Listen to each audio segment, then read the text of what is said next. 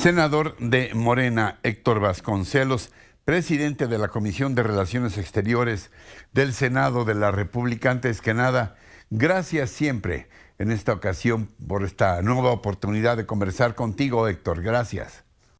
Al contrario, muchísimas gracias por la invitación.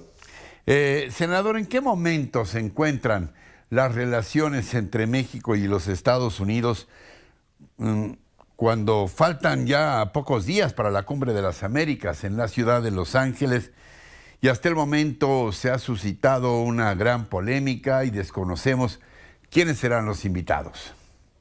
Sí, en efecto está ocurriendo algo que me parece a mí muy importante, porque como sabemos, México propuso hace unas semanas en un diálogo del presidente López Obrador con el presidente Biden, que todas las naciones del hemisferio fueran invitadas a esta cumbre, que no se excluyera a ninguna nación.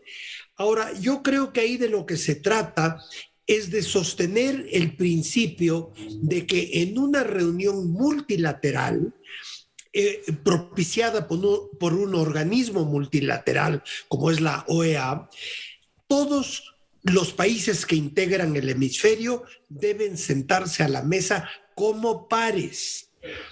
Y por ese mismo principio central al concepto del multilateralismo, no puede haber una de esas naciones que decida quién se sienta y quién no a la mesa, o qué países tienen un régimen, digamos, aceptable desde el punto de vista de sus prácticas democráticas o no.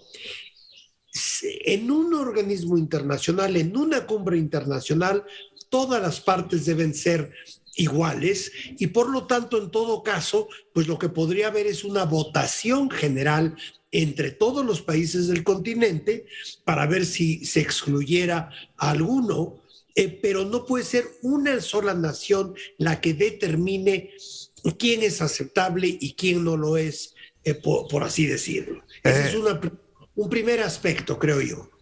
O sea que Estados Unidos como anfitrión no tiene derecho a decidir a quiénes se invita a la cumbre.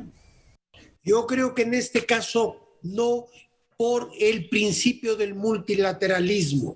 Uno puede observar este principio en operación, por ejemplo, en la Asamblea General de la ONU.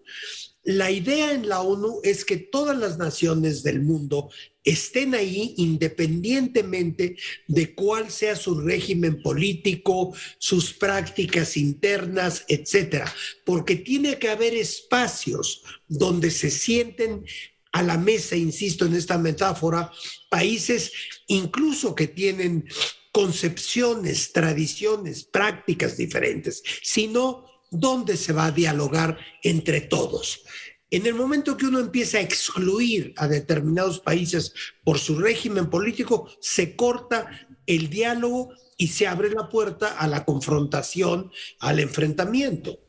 ¿Qué importancia tienen en este tipo de situaciones las relaciones, sí institucionales, pero también de alguna manera personales, de empatías o antipatías entre los jefes de Estado, en este caso entre el presidente de los Estados Unidos, Joe Biden, y el presidente de México, Andrés Manuel López Obrador, que ha dicho, por cierto, que Biden se encuentra en un momento histórico y que se podría convertir en el impulsor de una nueva etapa en las relaciones de Estados Unidos con América Latina? Sí, desde luego los aspectos personales, la empatía, como se dice, el buen feeling de las relaciones personales entre los jefes de Estado es muy importante, pero más allá de eso hay que sostener ciertos conceptos, ciertos principios, insisto, en una reunión de este tipo. Ahora, la relación entre el presidente Biden y el presidente López Obrador ha sido, en términos humanos, muy cálida y muy fácil. Yo tuve ocasión de atestiguar el primer contacto que tuvieron estos dos personajes en el 2012, durante la campaña presidencial del 12, cuando el entonces vicepresidente Biden vino a México y puedo dar testimonio de que la comunicación entre ellos desde el primer momento fue muy fluida e incluso yo diría cordial. Una reunión que estaba previsto que durara 20 minutos acabó durando más de 40, casi 45 minutos y terminó incluso con algunas bromas. Entonces yo no creo que el aspecto personal sea algo que pudiera ser negativo en este momento. Me gustaría hacer un comentario en Sí. relación pues, con la Cumbre de las Américas. El hecho de invitar a todos los países del hemisferio, ese concepto, que es lo que México está proponiendo a los Estados Unidos, no implica en forma alguna, desde mi punto de vista, emitir un juicio sobre los países en cuestión. Obviamente estamos hablando de Venezuela, Nicaragua y Cuba. México no está haciendo un juicio sobre si esos países tienen o no prácticas democráticas de derechos humanos, etcétera. Eso es otra cuestión sobre la que puede haber muchas opiniones, etcétera. Sí. Lo que está defendiendo México, me parece a mí, es el principio de ser pares en una reunión de este tipo y que no haya un primus inter pares, ¿no? ¿Cuáles son los escenarios que tú contemplas, senador? El primero, obviamente, que Estados Unidos decida sí invitar a todos. ¿Qué significaría esto? Bueno, significaría una cuestión trascendente, porque sería la primera vez en décadas, en el caso de Cuba, que son 6 décadas, más de 6 décadas, en que fuese incluido Cuba en una reunión, porque no olvidemos que desde la reunión de Punta del Este en 1962 fue excluida Cuba de la OEA, y entonces, por cierto, México votó en contra de esta exclusión, se abstuvo, fue el único país de América Latina que no apoyó la exclusión de Cuba. Entonces también hay una tradición diplomática de defender el principio de no intervención en los asuntos internos de otros países. Claro, eso fue hace 60 años, pero el principio sigue vigente a mi modo de ver.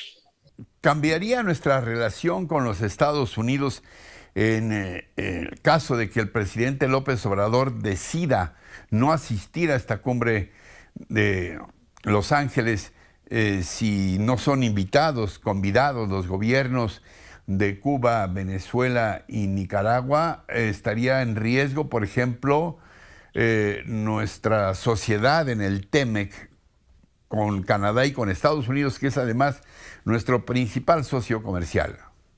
Sí, yo creo que esa relación fundamental desde el punto de vista comercial, de inversiones, etcétera, esa relación representada por el TEMEC, de ninguna manera se vería dañada por esta cuestión circunstancial de una asistencia o no a una cumbre. En primer término, si el presidente López Obrador no asiste a Los Ángeles, eso no querría decir que México no asiste, puesto que estaría presente el canciller Ebrard, o sea, el país estaría presente. Ahora bien, como ya decía yo, por razones estructurales de la relación bilateral México-Estados Unidos, esta relación va a seguir adelante porque simplemente representa intereses fundamentales para las economías de México, de Estados Unidos y Canadá. De modo que no creo que habría allí consecuencia alguna. Ahora, por otra parte, sí creo que esta invitación que ha hecho México a incluir a todas las naciones del hemisferio en esta cumbre ha puesto a nuestro país en una situación que, si lo vemos con algo de objetividad, me parece a mí evidente, de liderazgo en América Latina. Porque al hacer esta propuesta a México, pues resulta que otros países del hemisferio, de Sudamérica, se han unido a la posición de México. Estoy pensando en el caso de Bolivia, el caso de Honduras, y luego hay otros países que aún no deciden si participan o no en la cumbre, tal es el caso de Brasil, de modo que para aquellos que decían que México tenía muy escasa política exterior, y que no había mayor interés del presidente López Obrador en la política externa de México, pues esto es una demostración de que no es el caso. Todo lo contrario, México tiene hoy un peso y un liderazgo en América Latina que no habíamos visto en décadas, me parece a mí. Finalmente, ¿qué le dirías a quienes en estos momentos nos están viendo y escuchando y se preguntan el porqué de esta postura de México, del propio presidente López Obrador? ¿Qué hay en el fondo de ella? La propia situación que estamos viviendo, la relación cotidiana con los Estados Unidos y que en principio podría parecer un desafío a las potestades, a la magnitud del poder de los Estados Unidos a nivel global. Yo creo que si fuese un desafío, tal como lo acabas de decir, a la magnitud, al poderío norteamericano, que es evidente en todos los aspectos, pues sería algo, desde mi punto de vista, positivo, ¿verdad? Porque ningún país del mundo puede aceptar otra vez que un solo país, por poderoso que sea, determine las reglas de prácticamente todo. Pero yo no creo que México esté haciendo esta propuesta de la Cumbre de las Américas como un desafío. Es simplemente, no quiero ser repetitivo, pero vuelvo a mi comentario inicial, es la defensa del principio del multilateralismo, donde no cabe que haya un primus inter pares, sino que todas las naciones tienen que ser pares, y por otro lado, el que no se esté juzgando por un solo de los países miembros de una organización las condiciones internas de otros países.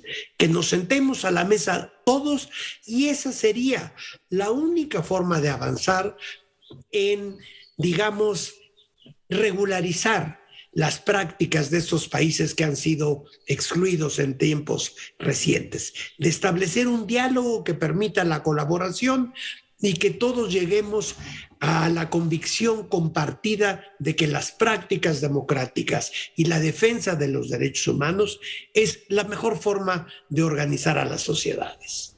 Senador, ya sabes que este espacio siempre ha estado abierto y lo seguirá estando, pero por ahora el tiempo nos apremia un tanto. ¿Algo más que quieras puntualizar que no te haya preguntado? Solamente que me da muchísimo gusto restablecer el diálogo con ustedes y espero que este diálogo continúe. Muchísimas gracias. Senador Héctor Vasconcelos, presidente de la Comisión de Relaciones Exteriores del Senado de la República, gracias siempre por tu apertura, por tu de verdad, por tu buena disposición que siempre has tenido. Te lo aprecio públicamente y en lo personal también. Gracias, Héctor. Gracias. Hasta pronto. Gracias.